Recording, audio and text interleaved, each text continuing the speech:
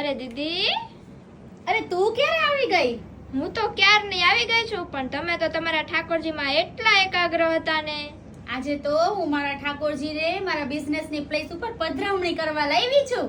અરે વાહ, મને તો દર્શન કરાવો તમારા ઠાકોરજીના. હાલ હાલ કરાવું જો. અરે વાહ, કેટલો સરસ શ્રૃંગાર લાગે છે.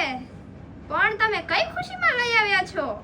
મારે આજે YouTube ચેનલમાં 10,000 સબસ્ક્રાઇબર પૂરા થઈ ગયા છે એમની ખુશીમાં. યુટ્યુબમાં? હા, YouTubeમાં, અને એ પણ 10,000 અને બહુ ઓછા ટાઈમમાં.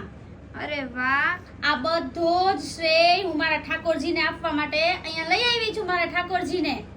અને હું ક્યારની જોતી હતી કે તમે ઠાકોરજી પાસે કંઈક માગી રહ્યા હતા. શું હતું? અરે હું ઠાકોરજી પાસે એમ માંગતી હતી કે ઠાકોરજી હું ગમે એટલી મને સક્સેસ કેમ ન મળે, કે હું મને ગમે એટલી ઊંચાઈ ઉપર તમે કેમ ન પહોંચાડો, પણ હું જમીન ઉપર રહીને બિઝનેસ કરી શકું, કે મારામાં અહેમ ન આવી જાય, કે અભિમાન ન આવી જાય, કે હું ક્યારેય કોઈને એમ ન કહું કે આ માર્કેટ હું લીડ કરું છું, કે કન્ટેન્ટ જ હું છું. કસ્ટમર આવે છે એ તમારી કૃપાથી, કસ્ટમરના લીધે માર્કેટ લીડ થતી હોય. આપણી શું હેસિયત છે કે આપણે માર્કેટને લીડ કરી? જો ગ્રાહક જ ન આવે તો માર્કેટ કેમ લીડ થાય? એટલે હું મારા ઠાકોરજીને કહેતી હતી કે ઠાકોરજી મારામાં ક્યારેય એવું અભિમાન ન આવે.